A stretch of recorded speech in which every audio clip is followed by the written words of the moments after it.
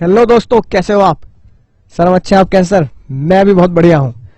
तो मुझे उम्मीद है वर्ल्ड का सबसे फाइनेस्ट केस आपके घुटनों तक पहुंच चुका है, दिलो दिमाग अंतरात्मा तक वो समझ आ चुका है। क्या पढ़ा था हमने? Solomon versus Solomon, right. ये उसकी शॉर्ट ब्रीफिंग है। क्या हुआ था सर इस केस में, क्या था ये भयानक केस, राइट। सोलोमन जो पहले प्रोप्राइटर था, उसने बिजनेस बनाया सोलोमन लिमिटेड, 6 शेयर अपने बच्चों को दे दिए, है कि नहीं बात, राइट। और बाकी के बाकी शेयर खुद अपने पास रखे। ठीक है सर? हाँ सर, याद आ गई बात।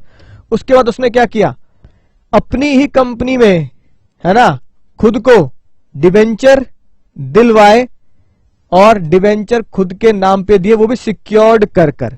उसके बाद की कहानी आप जानते ही हैं। जितने भी क्रेडिटर थे वो सोलोमन को पैसा दे चुके थे। कोर्ट में केस पहुंचा, जज साहब ने बोला सोलोमन ह्यूमन बीइंग अलग आइडेंटिटी होती है, सोलोमन लिमिटेड एक सेपरेट आइडेंटिटी है।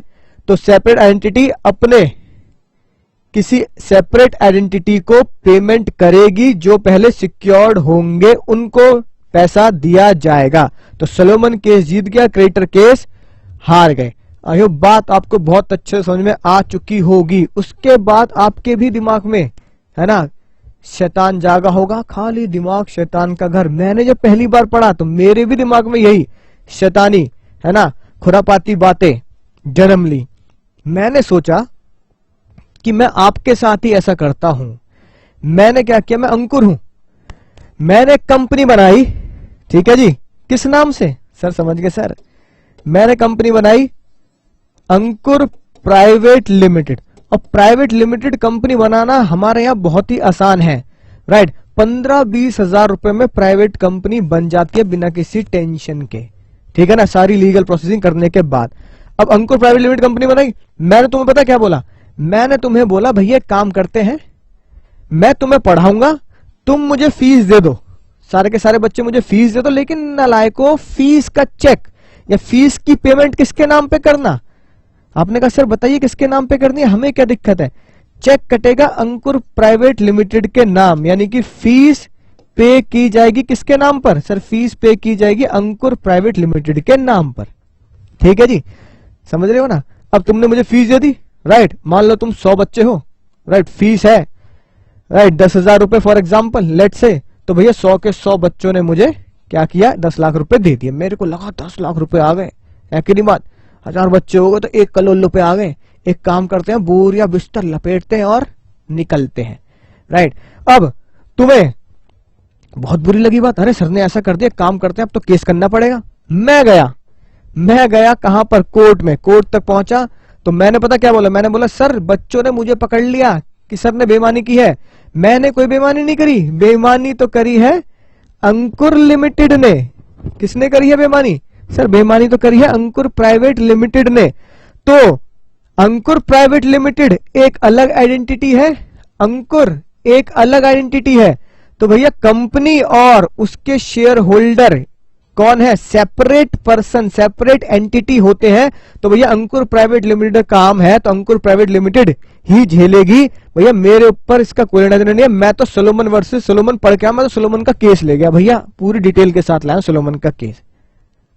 जज साहब कह रहे हैं बात तो सही है, किसके नाम से धोखाधड़ी हुई, फ्रॉड हुआ, है ना। मैंने ऐसी कंपनी खोल ली और ड्रग्स की डीलिंग शुरू कर दी और उसके बाद क्या बोल दिया, पैसा आ रहा है करोड़ों रुपया, मैं नहीं कर रहा, अंकुर लिमिटेड ड्रग्स की डील कर रही है, अंकुर लिमिटेड को पकड़ो।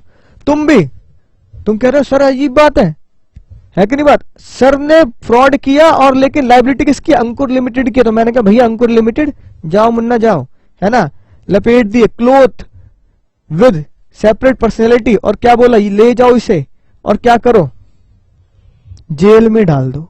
तो अंकुर ने फ्रॉड किया अपनी कंपनी के नाम से, तो कंपनी क्या होगी, जेल जाएगी। अब तो जेल में आना पड़ेगा, जेल की रोटी खानी पड़ेगी, पोसंपा खेल लो, है कि नहीं बात। तो पोसंपा खेलने इसके साथ भेज दो से जेल। कंपनी क्या कागजी तो है, कागजों को जेल में रखाओगे, कंपनी के इनकॉर्पोरेशन सर्टिफिकेट को जेल में रखाओगे क्या, है कि नहीं बात। तो जज साहब ने कहा भाई ये क्या चक्कर है, अगर कोई फ्रॉड कर रहा है, समझ लो नालायक को, अगर कोई फ्रॉड कर रहा है किसकी आड़ में? कंपनी की आड़ में, और सेपरेट लीगल एंटिटी यानी कि कॉर्पोरेट वेल का गलत इस्तेमाल कर रहा है। कॉर्पोरेट वेल का गलत इस्तेमाल कर रहा है तो फिर क्या करना पड़ेगा? इस कॉर्पोरेट वेल को हटाना पड़ेगा। तो जज साहब ने पता क्या बोला, अगर कोई बेईमानी पाई गई, अगर कोई फ्रॉड किया गया, अगर कोई मिसकंडक्ट गलत काम किया गया, किसके नाम से? अंकुर लिमिटेड के नाम से, कंपनी के नाम से, तो फिर हम कॉर्पोरेट वेल का फायदा जो सोलोमन को दिया गया था, कॉर्पोरेट वेल का फायदा जो सोलोमन को दिया गया था, वो हम किसी को भी नहीं देंगे जो बंदा फ्रॉड करेगा। राइट, इसका मतलब धोखाधड़ी के केसेस में, बेईमानी के केसेस में क्या होगा? कॉर्पोरेट वेल को उड़ा दिया जाएगा, छेद कर दिया जाएगा, फाड़ दिया जाएगा, उठाकर फेंक दिया जाएगा। आई होप बात आपको समझ में आ गई होगी।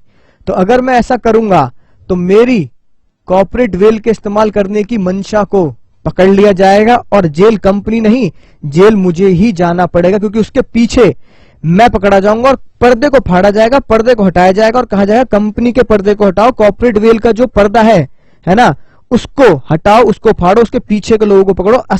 असली खुरापात उनके दिमाग से जन्मी है और उनको जेल भेजा जाएगा। तो इसका मतलब अगर मैंने तुम्हारे साथ ऐसा किया, कॉर्पोरेट वेल का इस्तेमाल कर किसके नाम से? इसलिए अंकुर लिमिटेड के नाम से, तो मुझे ही पकड़ा जाएगा, कॉर्पोरेट वेल को फाड़ दिया जाएगा और पीछे बेईमानी करने वाले लोगों को पकड़ा जाएगा, जिनका हाथ उस बेईमानी में इन्वॉल्व होगा, है ना।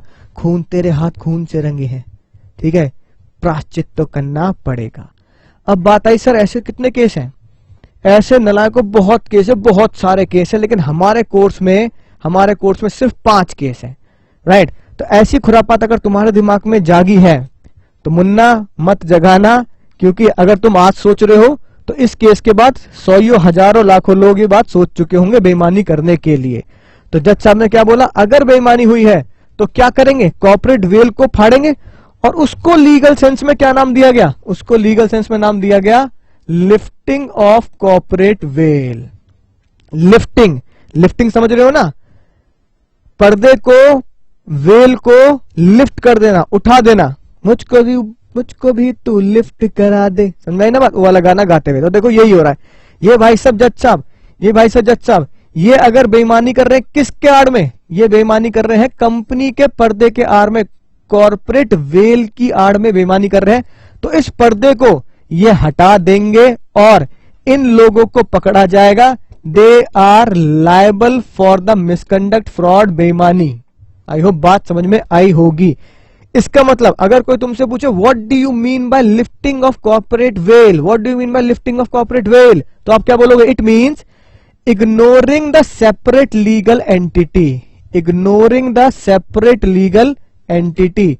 सेपरेट लीगल एंटिटी को बिल्कुल इग्नोर किया जाएगा, उस पर्दे को हटा दिया जाएगा और पीछे वाले लोगों को पकड़ा जाएगा और उनको ही सजा दी जाएगी।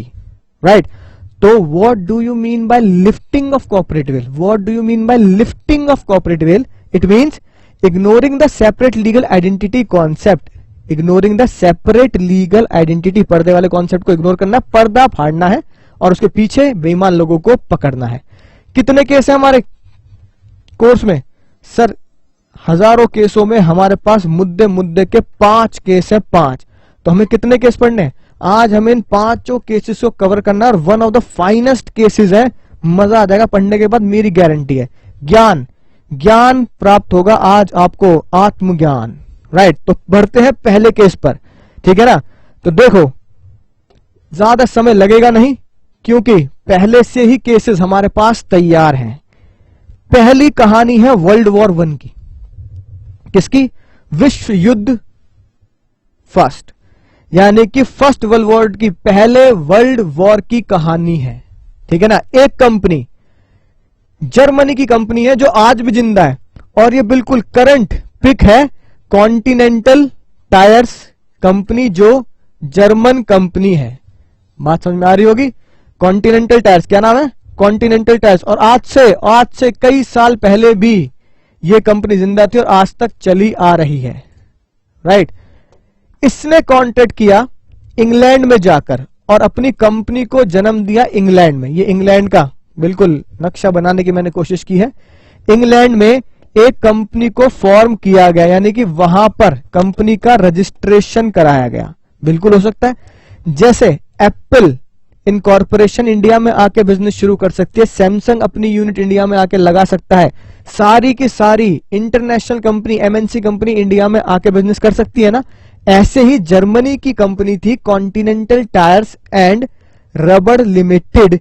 इस कंपनी ने इंग्लैंड में जाकर बिजनेस स्टार्ट किया और अपना कंपनी का रजिस्ट्रेशन क्या किया, ले लिया।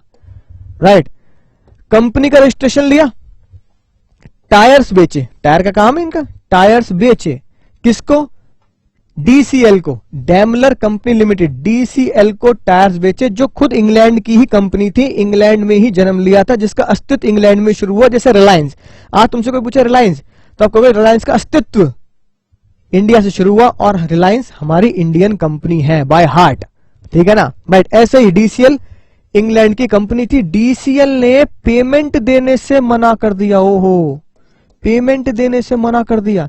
डीसीएल वाले कह रहे हैं नहीं देंगे पेमेंट, कर लो क्या कर लोगे, ठीक है। कंपनी ने, किसने, इंग्लैंड में जो कंपनी, इंग्लैंड के अंदर जो कंपनी बनी जो थी कंपनी जर्मन, कॉन्टिनेंटल टायर्स ने केस किया किसके ऊपर, डीसीएल के ऊपर। इंग्लैंड के अंदर केस चल रहा है, वर्ल्ड वॉर अलग चल रही है। जब केस की गहराई तक पहुंचे, तह तक पहुंचे, तो ये बात सामने आई कि भले ही ये कंपनी इंग्लैंड में इनकॉर्पोरेट हुई है, ठीक है ना, पर इनके सारे डायरेक्टर, कॉन्टिनेंटल टायर के सारे डायरेक्टर जर्मन थे। मान लो कंपनी में, ठीक है, 10 डायरेक्टर हैं, तो 10 के 10 जर्मनी के, एक भी इंग्लैंड का डायरेक्टर नहीं। बात समझ में आ रही है। अब इस कंपनी ने, कॉन्टिनेंटल टायर ने क्या मुद्दे रखे, कॉन्टिनेंटल टायर ने बोला सर हमारा बर्थ सर्टिफिकेट देखो। क्या देखो, बर्थ सर्टिफिकेट, जब बच्चा जन्म लेता है बर्थ सर्टिफिकेट मिलता ना, सर बर्थ सर्टिफिकेट देखिए, बर्थ सर्टिफिकेट कहां का है, हमने कंपनी रजिस्ट्रेशन कहां पे कराई है, कंपनी को फॉर्म किया गया, कंपनी को बनाया गया इंग्लैंड में। एक इंग्लैंड की कंपनी दूसरी इंग्लैंड की कंपनी को सामान बेचती है, अपने ही देश में सामान बेचा जाता है, लेन देन की जाती है, और सामान बेचकर एक दूसरी कंपनी जो इंग्लैंड की है, वो दूसरी कंपनी को, हमको, जो हम भी इंग्लैंड के हैं, हमको पैसे नहीं दे रही। किस बात पर, कि हमारे सारे के सारे डायरेक्टर कौन है, जर्मन है। ये तो गलत बात है, गंदी बात, गंदी बात। राइट, पता लगा जब वर्ल्ड वॉर 1 चल रही थी तो इंग्लैंड और जर्मनी दुश्मन देश थे। समझ में आई ना बात, इंग्लैंड और जर्मनी क्या थे, दुश्मन देश थे, दोनों के दोनों देश राइवल थे, एक दूसरे के खिलाफ लड़ रहे थे। तो कोर्ट ने, जज साहब ने डिसीजन दिया, एज इंग्लैंड जर्मनी का दुश्मन है, ठीक है, राइट, और जो दुश्मन देश होता है और लड़ाई चल रही होती है तो उसे हम क्या बोलते हैं, एलियन एनिमी। याद आ गया क्या बोला जाता है, एलियन एनिमी। और एलियन एनिमी के साथ किए हुए कॉन्ट्रैक्ट क्या होते हैं, ये तुम पढ़ चुके हैं कॉन्ट्रैक्ट में, एलियन एनिमी के साथ किए हुए कॉन्ट्रैक्ट क्या होते हैं, वॉइड होते हैं कि नहीं होते हैं। तो जज साहब ने बोला भले ही तुम्हारा रजिस्ट्रेशन कहां है, रजिस्ट्रेशन तुम्हारा इंग्लैंड में है, लेकिन तुम्हारे सारे के सारे डायरेक्टर जर्मन हैं। तो ये बताओ, अगर तुम अपने आप को इंग्लिश कंपनी मानते हो, अपने आप को इंग्लैंड मानते हो, तो भैया एक कहावत चलती है इंडिया में, जैसा देश वैसा भेष। तो अगर तुम जैसा देश वैसा भेष मानते हो तो एक भी डायरेक्टर, भाई साहब 10 में से एक डायरेक्टर भी इंग्लैंड का नहीं है, क्यों नहीं है भाई, इसका मतलब सारे के सारे डायरेक्टर जर्मनी के, एक भी तुमने इंग्लैंड का डायरेक्टर बनाया है नहीं, क्योंकि तुम जानते हो कि हम इंग्लिश कंपनी बनना ही नहीं चाहते, हम तो जर्मन ही रहना चाहते हैं, इसलिए जानबूझकर एक भी डायरेक्टर इंग्लिश या इंग्लैंड का नहीं बनाया गया। तुम्हारी अंतरात्मा खुद जर्मनी की है, ठीक है, इसलिए सारे के सारे डायरेक्टर जर्मनी के हैं, सारे के सारे डिसीजन जर्मनी के। भाई डायरेक्टर ही तो कंपनी में डिसीजन लेते हैं मेन, जैसे मुकेश अंबानी अपनी कंपनी के डिसीजन ले रहे हैं, ठीक है ना, वर्किंग मैनेजमेंट मुकेश अंबानी के हाथ में है। तो भैया सारे की सारी वर्किंग मैनेजमेंट जर्मनी की है, इसका मतलब हम तुम्हें इंग्लैंड में होते हुए भी क्या मानेंगे, जर्मन कंपनी मानेंगे। जज साहब ने क्या बोला, जज साहब ने बोला अब तुम ये दिखा रहे हो ना रजिस्ट्रेशन सर्टिफिकेट, तो उन्होंने रजिस्ट्रेशन सर्टिफिकेट फाड़ दिया।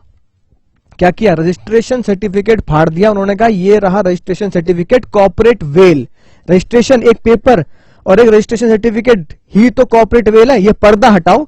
अगर आप इंग्लैंड में रजिस्ट्रेशन का इंग्लैंड में बर्थ सर्टिफिकेट का पर्दा अगर आप वहां से डिलीट कर दो, है कि नहीं बात, वहां से डिलीट कर दो, राइट, तो तुम्हें क्या माना जाएगा? तुम्हें जर्मन ही माना जाएगा। तो जज साहब ने क्या बोला?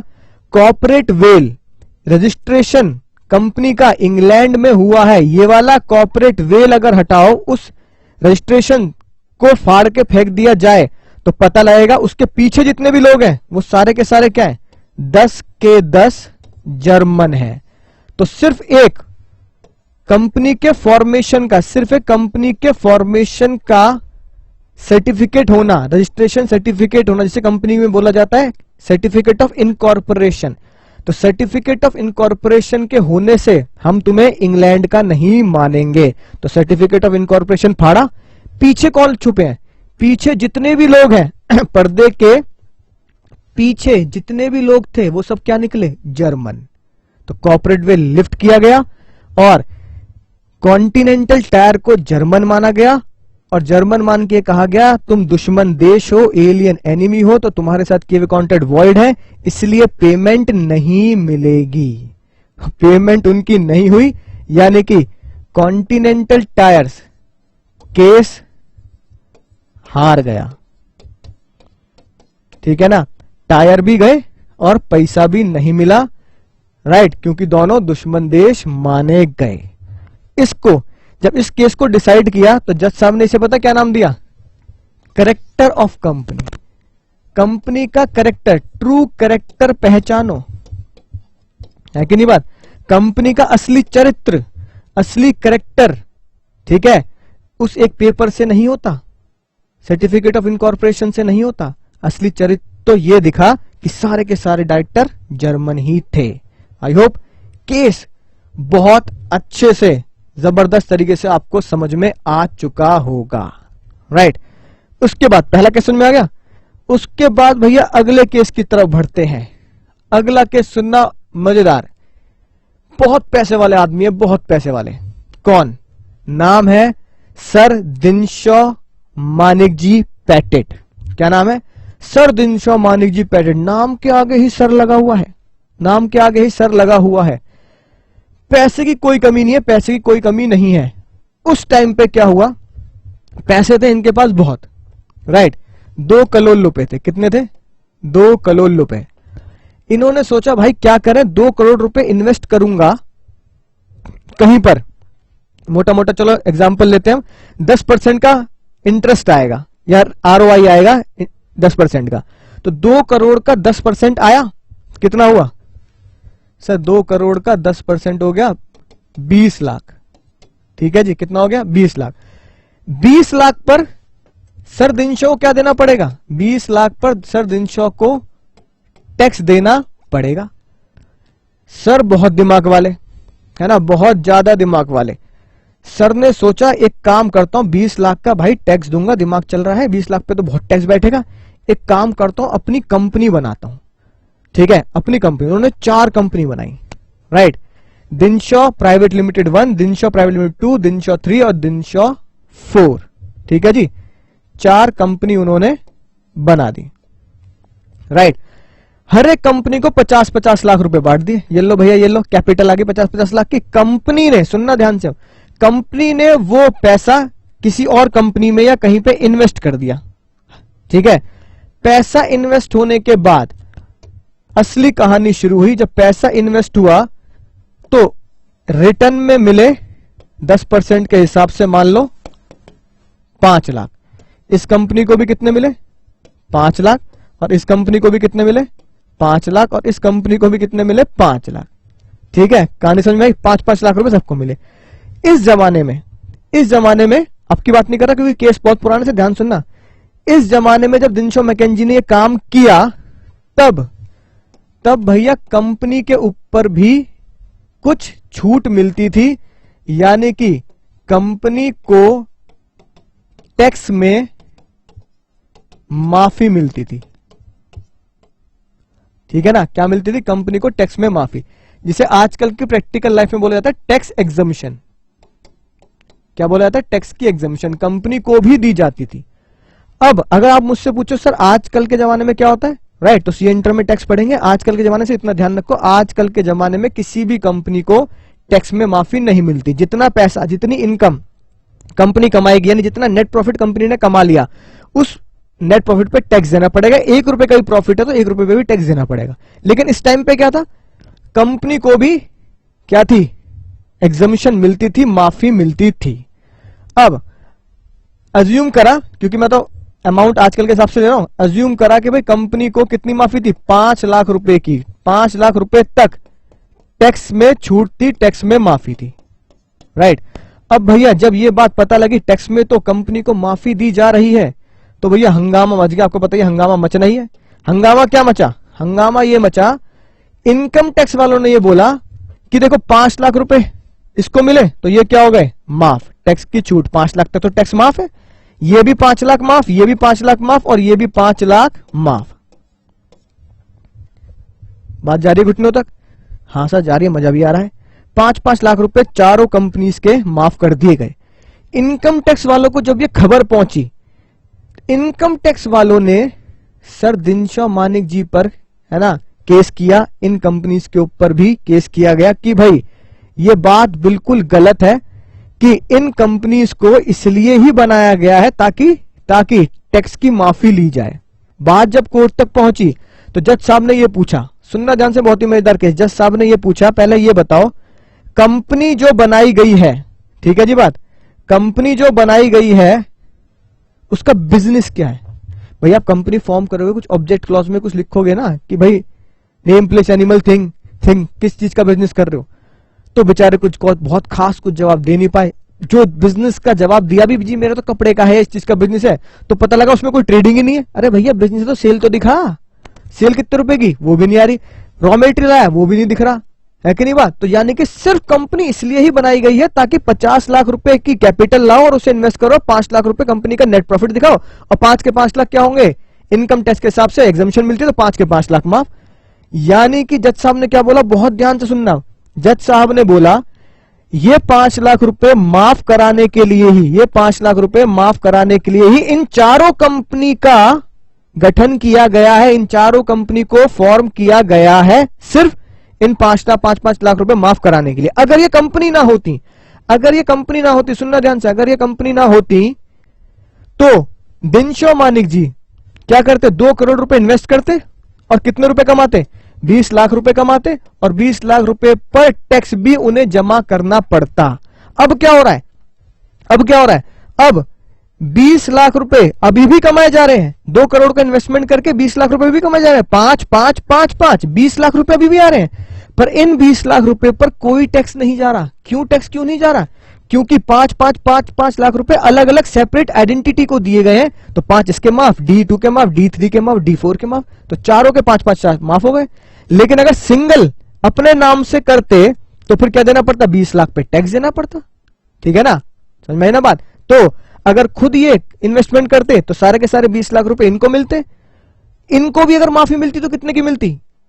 मान लो अगर इनको भी माफी होती तो 5 लाख की माफी होती, तो इनको भी 5 लाख की माफी होती, 15 लाख पे तो टैक्स भरते भाई साहब आप। तो जज साहब ने पता क्या किया? सेम कॉर्पोरेट वेल मतलब कंपनी बनाने का, है ना, और पर्दा लगाने का जो फायदा था वो छीन लिया, और क्या बोला? इन सभी कंपनी के रजिस्ट्रेशन को कैंसिल किया जाए, इस सभी कंपनी के पर्दे को फाड़ के फेंका जाए। तो इसके पीछे सिर्फ कौन मिलेगा? इसके पीछे सिर्फ मिलेगा दिनशॉ मानिक जी, समझ में ना बात। अगर कंपनी के D1, D2, D3, D4 के इस पर्दे को हटा दिया जाए, जो पर्दा सिर्फ क्यों लगाया गया है? टैक्स बचाने के चक्कर में लगाया गया, तो पीछे कौन मिलेगा? दिनशॉ मानिक जी मिलेंगे और उनको पकड़ा जाएगा। तो जज साहब ने क्या बोला? जज साहब ने क्या निर्णय लिया? इन सभी कंपनी का कॉर्पोरेट वेल यानी कि पर्दा, कॉर्पोरेट वेल लिफ्ट किया जाए, हटाया जाए, और इसके पीछे के आदमी को पकड़ा जाए और उसको लायबल किया जाए। क्यों? क्योंकि उसने इस पर्दे का इस्तेमाल रेवेन्यू का मतलब क्या है? यहाँ टैक्स, क्योंकि इस पर्दे का इस्तेमाल उसने टैक्स की चोरी या टैक्स को बचाने के लिए किया है। तो कॉर्पोरेट वेल हटाया, पर्दा हटाया, पीछे इनको पकड़ा और इनसे टैक्स वसूला गया।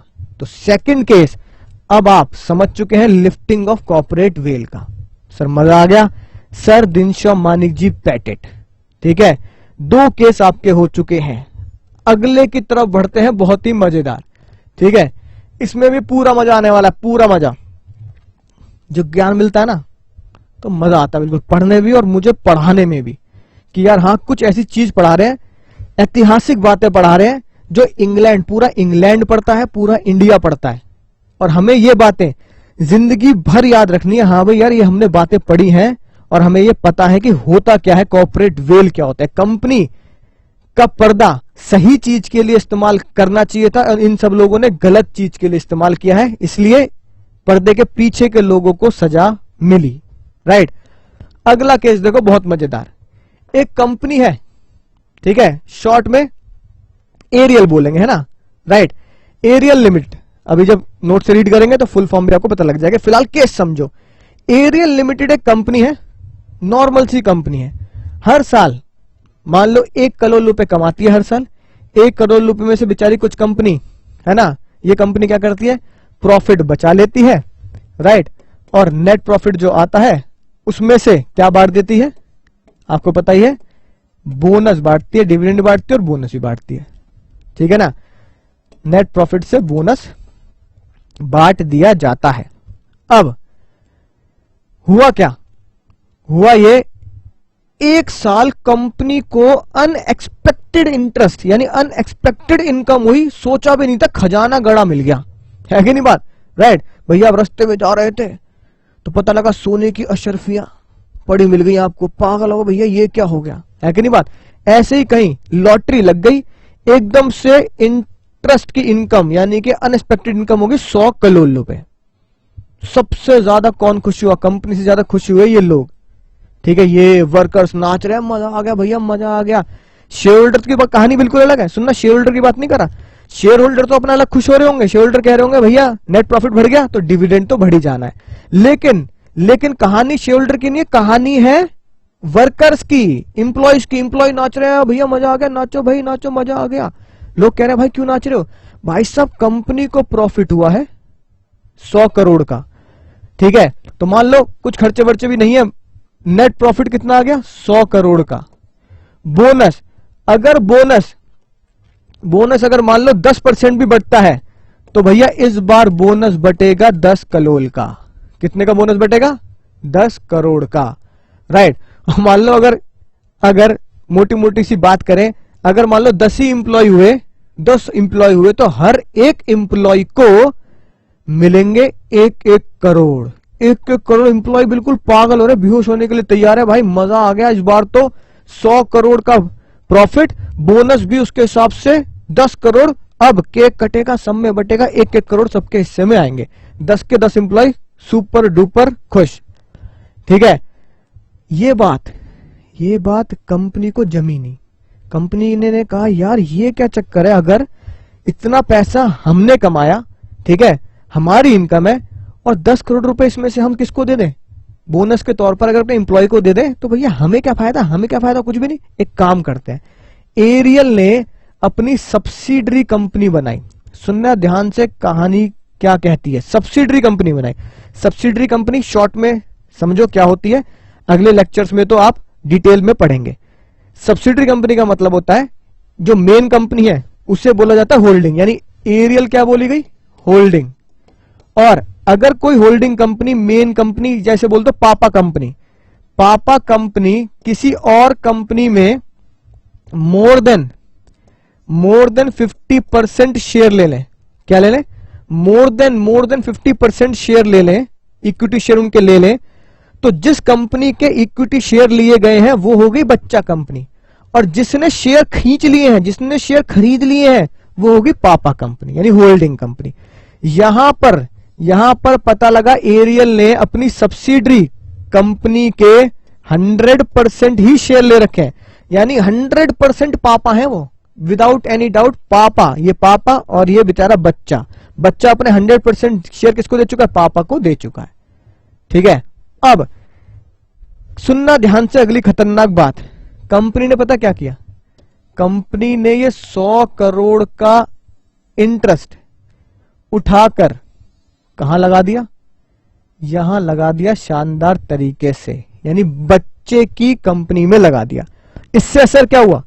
इससे असर यह हुआ, नेट प्रॉफिट जो उसका था पिताजी का, वो एक्चुअली में किसका हो गया? किसका हो गया? सब्सिडरी का हो गया। और यहां पे भाई साहब इनकम रह गई, है ना, जो पहले जैसी होगी, छोटी मोटी, है ना, 1-1.25 करोड़ रुपए, वो पुराने टाइप से चल रहा है। अब भैया ये सारे सोच रहे हैं यार ये क्या, ये बेचारा इतनी खुशी खुशी में नाच रहा था, है ना, ये तो लेट गया बिल्कुल। कह रहा भाई ये क्या हो गया हमारे साथ? क्यों ऐसा क्यों कह रहे हैं? क्योंकि एरियल ने ये बोला कि जो 100 करोड़ का प्रॉफिट था, जिसके बेस पे तुम बोनस से खुश होकर नाच रहे थे, वो एरियल का नहीं था 100 करोड़ का प्रॉफिट, वो तो एस लिमिटेड का था। एस लिमिटेड की इनकम हुई थी, एस लिमिटेड का प्रॉफिट है, तो एस लिमिटेड का प्रॉफिट होगा तो एस लिमिटेड जाने। और तुम तो एस लिमिटेड के शेयर होल्डर नहीं हो, तुम शेयर होल्डर किसके हो? ओ सॉरी, शेयर होल्डर कह रहा हूं, तुम वर्कर्स किसके हो? तुम तो वर्कर्स एरियल लिमिटेड के वर्कर्स हो। तो अगर तुम एरियल लिमिटेड के वर्कर्स हो तो एस लिमिटेड के हो नहीं, तो तुम्हें बोनस हम कहां से दे रहे हैं? बात समझ में आई? तो भैया वर्कर्स को इतना बुरा लगा, उन्होंने कहा भाई ये तो बेईमानी है, हक की लड़ाई लड़नी है तो कोर्ट जाना पड़ेगा, हक की लड़ाई लड़नी है तो कोर्ट जाना पड़ेगा। तो फिर एरियल लिमिटेड के वर्कर्स ने, एरियल लिमिटेड के वर्कर्स ने एरियल लिमिटेड के ऊपर क्या किया? केस करा। बात कोर्ट तक पहुंची, राइट। जज साहब के सामने सारा केस। अब तुम इस जज की कुर्सी पे हो तो तुम जानते हो क्या फैसला आया होगा, क्योंकि तुम अब समझ चुके हो। जज साहब ने पता क्या बोला? पहले एक्चुअली में कमाई किसकी है ना, एरियल की, वो सब्सिडरी पे ट्रांसफर कर दी गई, ठीक है, तो इंटरेस्ट किसका बन गया? सब्सिडरी का बन गया। उन्होंने कहा काम करते हैं, सब्सिडरी के खाते लेके आओ, सब्सिडरी का बिजनेस बताओ। मान लो सेम सब्सिडरी का बिजनेस कपड़े का, कपड़े की सेल बताइए भाई, कोई दूर दूर तक खबर नहीं। कपड़े का रॉ मटेरियल आया, दिखाइए जरा, कपड़े जैसा तो कोई काम हो नहीं रहा। इसका मतलब कोर्ट में ये बात प्रूफ हो गई कि सब्सिडरी बनाने का पर्पस सिर्फ एक ही था कि सारा का सारा इंटरेस्ट, सब्सिडरी बनाने का पर्पस एक ही था, सारा का सारा इंटरेस्ट सब्सिडरी को ट्रांसफर कर दिया जाए, ताकि इस बोनस 10 करोड़ के बोनस से, है ना, बचा लिया जाए, 10 करोड़ के बोनस को बचा लिया जाए और हमें 10 करोड़ का बोनस पे ही ना करना पड़े। फैसला क्या होगा? फैसला आप जानती हो। जज साहब ने कहा एस लिमिटेड का पर्दा, एक पेपर आपने बनवा लिया, किससे? अपने चार्टर्ड अकाउंटेंट से, है ना, या वकीलों से जो कंपनी का काम करते हैं उनसे एस लिमिटेड खुलवा ली, एस लिमिटेड का पर्दा बनवा लिया। एस लिमिटेड का पर्दा सिर्फ इसलिए बनवाया गया ताकि 100 करोड़ की इनकम को एरियल से हटाकर एस में ट्रांसफर किया जा सके। अब हम इस पर्दे को क्या करेंगे? हटाएंगे। इस पर्दे को हटाया तो पीछे, जब ये पर्दा हटा तो पीछे कौन निकला? पीछे निकले पापा एरियल लिमिटेड, यानी कि पर्दे को फाड़ के फेंका गया और क्या बोला गया? ये पर्दा हटाओ, ठीक है, सब्सिडरी का पर्दा गिराओ, सब्सिडरी का पर्दा गिराओ। और देखो इसके पीछे कौन है? तो इसके पीछे कौन निकला? इसके पीछे तो एरियल लिमिटेड निकला। तो जज साहब ने क्या बोला? ये 100 करोड़ रुपए, ठीक है जी, ये 100 करोड़ रुपए किसके हैं? एरियल के हैं। वापस इसको यहां ट्रांसफर किया जाए। ऑटोमेटिकली ये प्रॉफिट भी कहां पहुंच गया? ऑटोमेटिकली प्रॉफिट भी यहां ट्रांसफर हो गया। और इस सब्सिडरी लिमिटेड के पर्दे को क्या कर दिया गया? फाड़ दिया गया और फेंक दिया गया। वापस कहानी वहीं आ गई। और जैसे ही 100 करोड़ का प्रॉफिट यहां आया, अब फिर से नाचो सारे जी फाड़ के, दिल से नाचो नाचो, सारे के सारे नाच रहे हैं क्योंकि अब बोनस मिलेगा। केस कौन जीता? फाइनली केस कौन जीता? केस जीता वर्कमैन ऑफ एरियल, यानी कि सारे के सारे वर्कमैन केस जीत गए, एरियल कंपनी केस हार गई। समझ में ना बात? और फिर से क्या गाना बचा? गाना बजा बोनस की उम्मीद, बोनस का इंतजार करते हैं, ऐसा ना हम तो सिर्फ बोनस से प्यार करते हैं। आई होप बात बहुत अच्छे से डिटेल में समझ में आ चुकी होगी, नोटिंग भी आपने कर ली होगी केस में चल क्या रहा है अपनी लैंग्वेज में। फिर भैया कहानी आगे पहुंची, कहानी पहुंची ट्रांसपोर्ट, है कि नहीं बात, ट्रांसपोर्ट तक, व्हीकल तक। समझना ध्यान से अगली मजेदार बात। प्रैक्टिकल एक कंपनी लेता हूं, इसका इस केस से कोई लेना देना नहीं है, ये कंपनी सिर्फ काल्पनिक है, ठीक है ना, कभी दिल पे ले लो। ओला लिमिटेड, ओला को जानते हो ना, राइट। ओला लिमिटेड कार्स चलाती है, लेकिन एक बार ओला लिमिटेड की कार्स पर छापा पड़ा और पता लगा कार में ड्रग डीलिंग होती है। ड्रग डीलिंग की वजह से, है ना, कार कंपनी ओला लिमिटेड के ऊपर एक बैन लगाया गया और ऑर्डर क्या आया, जितने भी ओला लिमिटेड के व्हीकल हैं उन सबके लाइसेंस कैंसिल कर दिए जाएं। जज साहब ने बोला बोल पेंसिल, ठीक है, ओला वालों ने बोला पेंसिल, सारे लाइसेंस कैंसिल, ठीक है, सारे लाइसेंस कैंसिल कर दिए, सारे लाइसेंस कैंसिल हो गए। ओला वाले पागल हो गए, ओला वाले कह रहे हैं भाई इतनी गाड़ियां हैं हमारे पास, ये तो जंग खा जाएंगी, बेकार हो जाएंगी। दिमाग पता क्या लगाया, ओला वालों ने अपनी एक सब्सिडरी कंपनी खोली, ठीक है जी, सब्सिडरी कंपनी खोली ओला वालों ने, और सब्सिडरी कंपनी का नाम रखा गोला लिमिटेड। समझ रहे बात को, राइट, गोला लिमिटेड। और फिर क्या मजे लिए, जितने भी ओला के व्हीकल थे वो गोला लिमिटेड की एसेट्स में ट्रांसफर कर दिए गए। यानी वहां से सारे के सारे व्हीकल कहां पहुंचा दिए गए जी, गोला लिमिटेड के पास पहुंचा दिए गए। अब जितने भी व्हीकल हैं वो गोला लिमिटेड के पास जब चले गए तो उनकी ओनरशिप किसके पास आ गई, गोला लिमिटेड के पास। गोला लिमिटेड ने अपने नाम से क्या किया, लाइसेंस के लिए अप्लाई किया। यानी कि लाइसेंस डिपार्टमेंट, है कि नहीं बात, ट्रांसपोर्ट डिपार्टमेंट में जाने के बाद उन्होंने ये बोला कि भाई हमें जो अपने व्हीकल के लाइसेंस चाहिए, अपने जो व्हीकल के सेट है ना, आरसी वगैरह जो चाहिए, वो जो व्हीकल हैं वो व्हीकल गोला लिमिटेड के हैं, नाम बदल लिया, है ना, और व्हीकल वही है। फिर पता लगा किसको, ट्रांसपोर्ट कंपनी को जो लाइसेंस इश्यू करते हैं, ठीक है ना, उन्हें पता लगा कि भाई ये सारे के सारे सेम व्हीकल हैं, ये सारे के सारे सेम व्हीकल हैं जिनके लाइसेंस हम कैंसिल कर चुके हैं, क्योंकि ये किस कंपनी के अंडर आते थे, क्योंकि ये गोला कंपनी के अंडर आते थे, और गोला कंपनी क्या करती थी, ड्रग्स की डील करती थी इन व्हीकल्स के थ्रू, तो इनके लाइसेंस इसलिए कैंसिल कर दिए गए।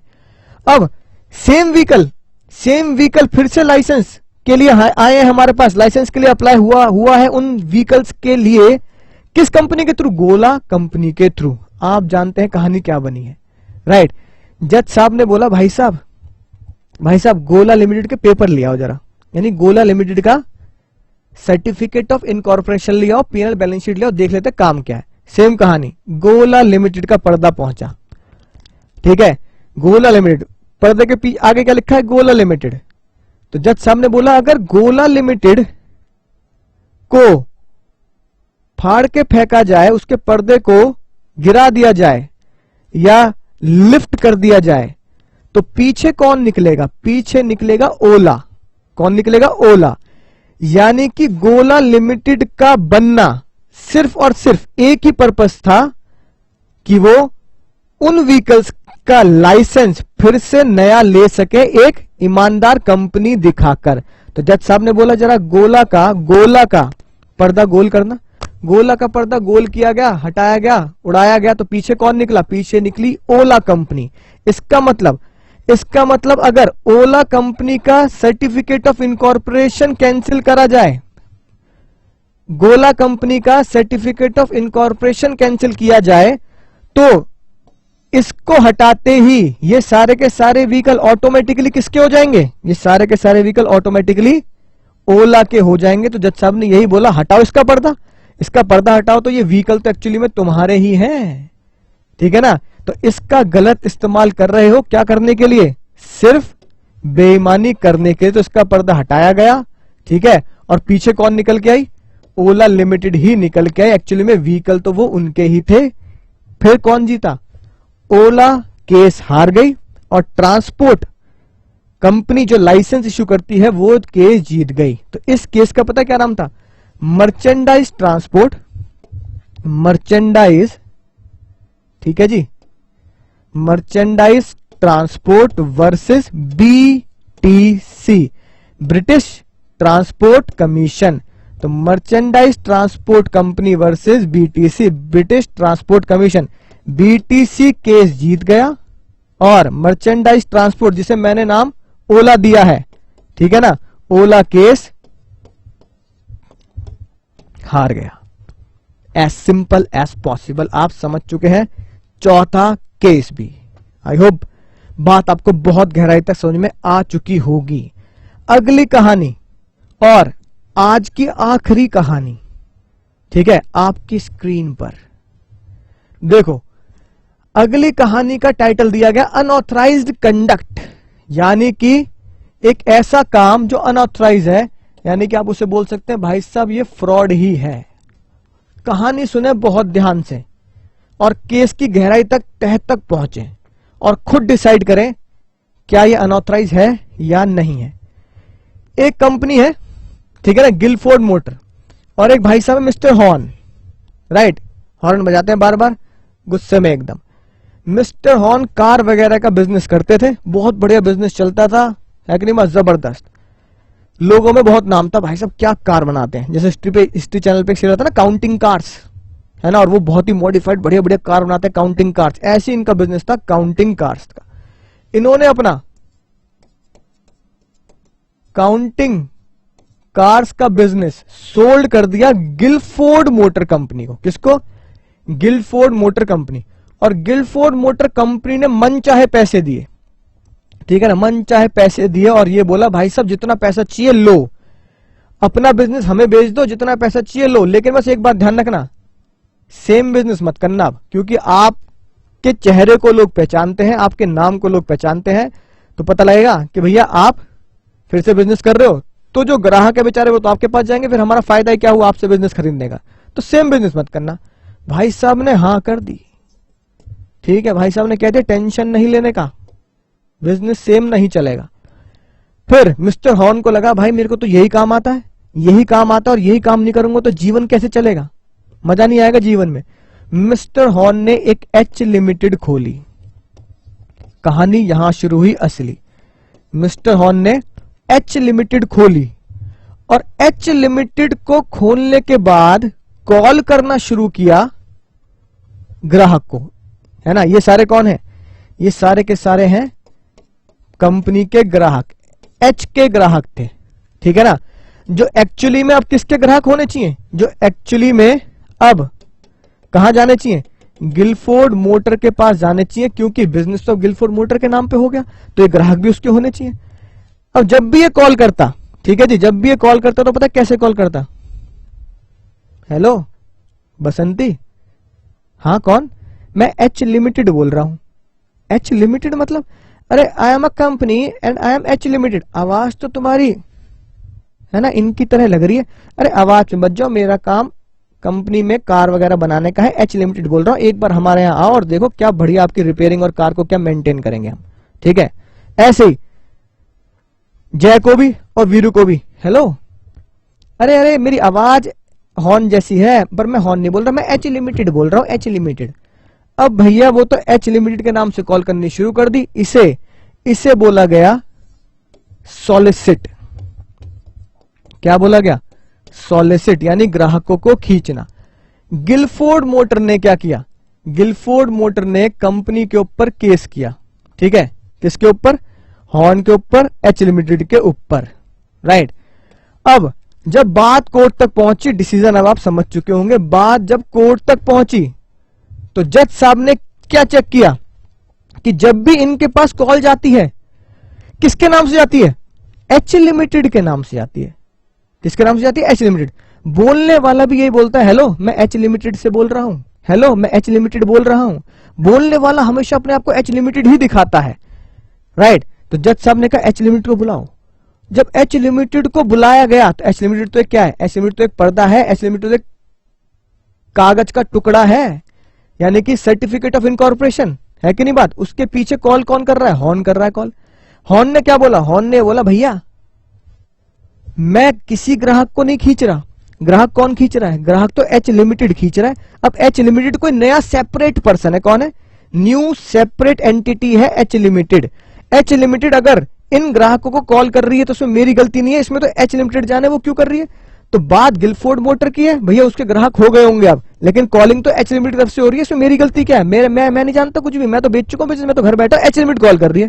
जैसे सबने कहा इधर भैया इधर आइयो, अगर एच लिमिटेड के नाम का पर्दा, एच लिमिटेड का सर्टिफिकेट ऑफ इनकॉर्पोरेशन, ठीक है, registration certificate, COI certificate of incorporation को फाड़ दिया जाए, फेंक दिया जाए, तो उसके पीछे कौन निकलेगा? भाई साहब उसके पीछे आप हो, आप ही उसके मेजर शेयर होल्डर निकले और आप ही उसके डायरेक्टर भी निकले। तो जज साहब ने क्या बोला? जज साहब ने बोला एच लिमिटेड का पर्दा फाड़ा जाए, ठीक है, राइट, उसमें छेद किया जाए, उसको हटाया जाए। तो एच लिमिटेड के पीछे कौन निकला? एच लिमिटेड के पीछे कौन निकला? एक बच्चा चिल्लाया भी पीछे देखो, पीछे पीछे तो देखो, पीछे देखो। तो पीछे देखा तो कौन निकला? एच ही था जो एच लिमिटेड खोल के अपने ग्राहकों को या इसके ग्राहकों को सॉलिसिट कर रहा था। तो जज ने क्या बोला? जज साहब ने बोला company H limited is formed company H limited is formed only to solicit the customer. तो क्या हुआ? कौन केस जीता? गिलफोर्ड मोटर केस जीत गया। तो गिलफोर्ड मोटर केस जीत गया और ये केस हार गया। एच लिमिटेड को बंद करना पड़ा, सारे ग्राहक वापस को दिए गए और इसको भगा दिया गया। भाई साहब आप बेईमानी कर रहे हैं। आगे बात समझ में आई होगी। इसी को क्या नाम दिया गया? इसी को नाम दिया गया अनऑथराइज कंडक्ट या फिर फ्रॉड। उम्मीद है सारे के सारे केस आपको अब टिप्स पे याद हो चुके होंगे। यानी कि मुझे बताओ ये सारे के सारे केस जो हमने 5 के 5 केस पढ़े किसने डिसाइड किए? सर ये पांचों के पांचों केस कोर्ट ने डिसाइड किए, कोर्ट का फैसला आया। तो कोर्ट के फैसला आया तो मैंने इसका कोड ही क्या बनाया? 5 केसेस डिसाइडेड बाय कोर्ट। तो कोड ही है हमारा कोर्ट। सी से क्या बनेगा? बताओ नालायको, सी से क्या बनेगा? करेक्टर। कौन सा case? DCL versus Continental Tyre. कौन सा case? DCL versus Continental Tyre. O से क्या बनेगा? ऑब्लिगेशन। कौन सा केस? एरियल वाला। यू से अनऑथराइज कंडक्ट यानी फ्रॉड, अनऑथराइज बात कर रहे हैं आप, गिलफोर्ड मोटर ने जैसे करी, हॉर्न ने। Revenue protection Sir Dinshaw Maneckji ने जो किया। और ट्रांसपोर्ट, टी से ट्रांसपोर्ट, कौन सा? MT merchandise transport versus BTC वाला केस, ओला गोला वाला। तो उम्मीद है आपको सारे केस समझ में आए होंगे। लिफ्टिंग ऑफ कॉर्पोरेट वेल के साथ साथ उनके केसेस का भी आपको पूरा ज्ञान हो चुका है। तो बहुत बहुत बहुत बहुत शुक्रिया आपका मुझे पेशेंसली सुनने के लिए, हर एक केस को डिटेल में जानने के लिए। उम्मीद है सब कुछ आपको डिटेल में अब याद हो चुका होगा। तो बस इंतजार कीजिए अगले एक नए लेक्चर का, कुछ नई कहानियों के साथ, नए सेक्शंस के साथ। तो मिलूंगा अगले लेक्चर में। बस तब तक पढ़ते रहना है और सीखते रहना है, आगे बढ़ते रहना है। तो बस क्या रखना है? दुआओं में याद रखना है।